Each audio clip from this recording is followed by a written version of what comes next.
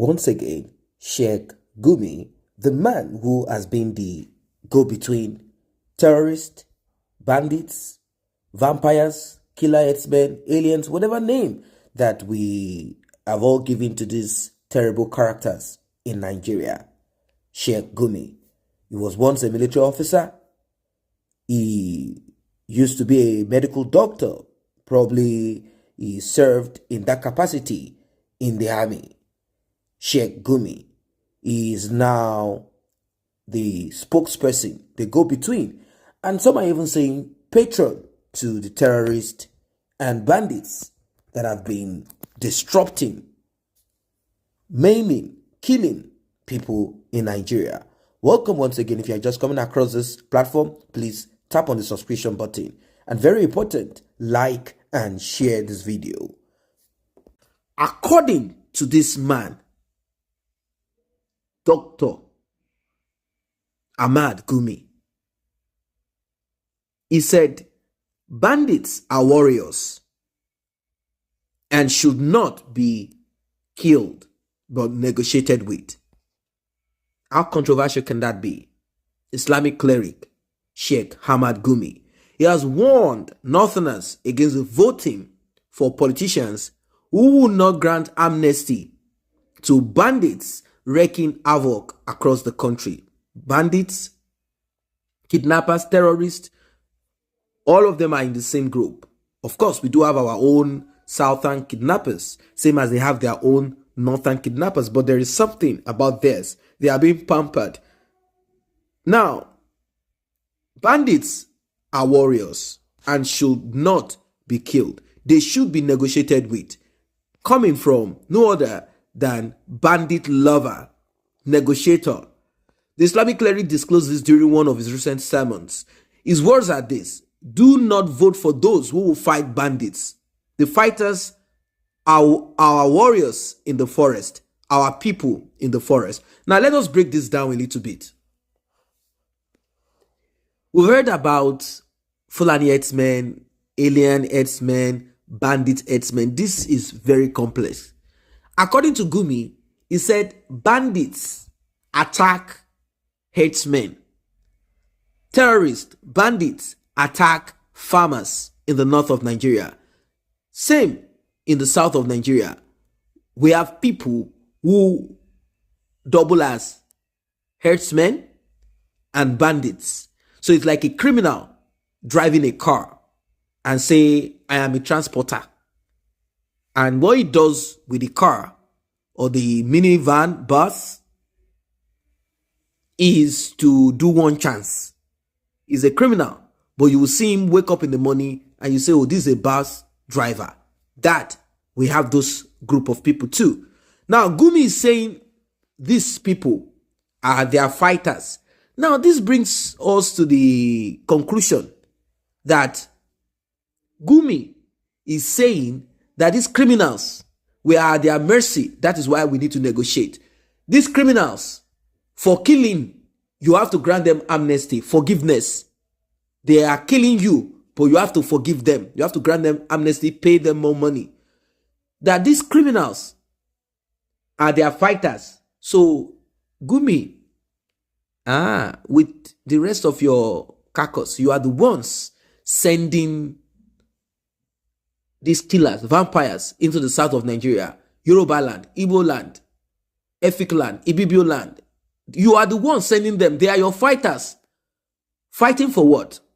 Anyway, Gumi is known for visiting bandits in the forest in an attempt, in quote, to negotiate a peace deal with them. But something happened recently. One of the spokespeople, media rep, handlers of this regime of Buhari, who is a Yoruba man, he said something about Gumi that got Gumi infuriated. He got so angry. He called Gumi bandit terrorist lover. He said Gumi is making a case for this terrorist. He said Gumi is working with these criminals, with these terrorists, asking them to demand more money, asking them to do more. Gumi knows the kind of country that we are in. He knows that they are all criminals with himself. And he might not be getting what he needs to get. He felt like, well, this is an opportunity for me to go in deep into these criminals too. Why don't we all share money? Same way you guys are sharing money. You are not better than us. So it is true that certain religious leaders, clerics in the north of Nigeria, certain military officers, politicians, they are the ones keeping this terrorism alive, banditry. It is true. Now, a story broke recently, and we heard that there is one very expensive element in the north of Nigeria, in Borno, in Sambisa forest, and we heard from the right-hand man of Sani Abacha that this is what brought about this present terrorism that we've been experiencing for some years now. He said this is what it is. And he even talked about foreign influence. He said this so-called NGO, charity organization, they go to places where the Nigerian army cannot go to. How is that possible? Of course, to negotiate, to take away some of our natural resources. It is deeper than what we think. And I'm sure that GUMI knows this. He understands this. GUMI said that he has asked Nigerian government to grant amnesty to bandits, same way Niger Delta militants were granted amnesty. He tried to compare both together, said Niger Deltans and people in the southeast kidnapped innocent people, kidnapped oil workers, and this is what the northerners have on their hand to do, and they are doing what they can do in the north. Everything is based on ideology. Said amnesty was granted to the people who were destroying pipelines. Now, let's look at it. They were fighting because nothing was coming to them. Their land was being destroyed in a rapid manner, rapid way. Now, let's go to the north of Nigeria. Poverty, yes, like every other place. What happened there in the north of Nigeria? Is Nigeria drilling something in the north? Yes. If you want to know, the Nigerian government is taking a lot from the north too, but it is not as what happened, or it's still happening in the southeast, Niger Delta, and the oil-rich regions in Nigeria. Now, can we not, without fear, without doubt, say that Sheikh GUMI is actually the patron of this terrorist? It is one thing to make, a kind of soft landing for people who are vulnerable and they might be misunderstood in the society. It is another thing to make up stories to try to pat the back of people who are harmed to the teeth. These are wicked people. They shout Allah Akbar and they kill, they murder people. They've gone on rampage from the north to the middle belt down to the south of Nigeria. They've taken over everywhere literally. They've occupied forest, bush. They've made agriculture in the south of Nigeria totally down. They've made it zero. People are afraid to go to their farms to do what they need to do. They've taken charge of the farms in the north of Nigeria. The government no longer take tax from the farmers. They are the ones that are the government. I do understand that there are underlying issues that prompted or brought about someone hiding behind religion, hiding behind my places being this and that. I do understand that there are a lot of things involved in this: selfishness, greed, wickedness. I do understand all of this. Let us be very clear. Let us be very clear. You cannot hide under religion to murder people. If your land is destroyed, you want to at least inflict pain on the government that you know are already criminals. Yes, we do know and understand all of this. But in the north of Nigeria, what is the ideology? What are they fighting for? Because we've not even heard it. If not for this man that came out to start telling us the birth of terrorism and Boko Haram, how certain mineral elements, is it because of the English that is not spoken or the education that we generally know all over Nigeria? Is that the reason why we cannot connect to them to understand?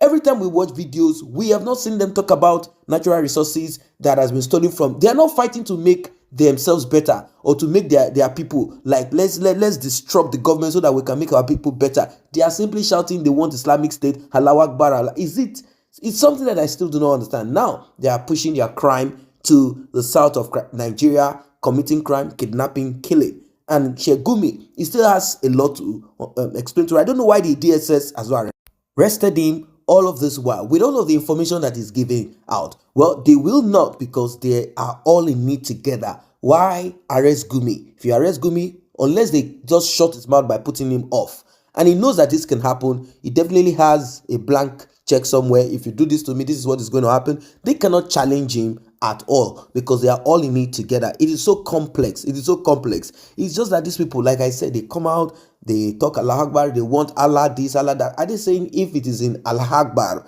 then the all of their country in quote will have peace and harmony, and they will be able to benefit? What is it? It's a whole lot of confusion in the north of Nigeria. We are not seeing that clarity. If they are fighting for progress, we are poor, the government is stealing so much money, we want to get it back, we want to better our lives, we want to be this and that, we will know where we are facing with their terrorism. And the question that I want to put out to those terrorist bandits and even Sheikh GUMI, if you kill your own people, murder your people, hoping that you will put things right that way, how does it make sense?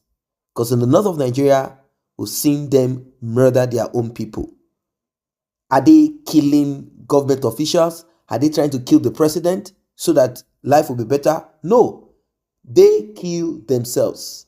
They kidnap people based on religion.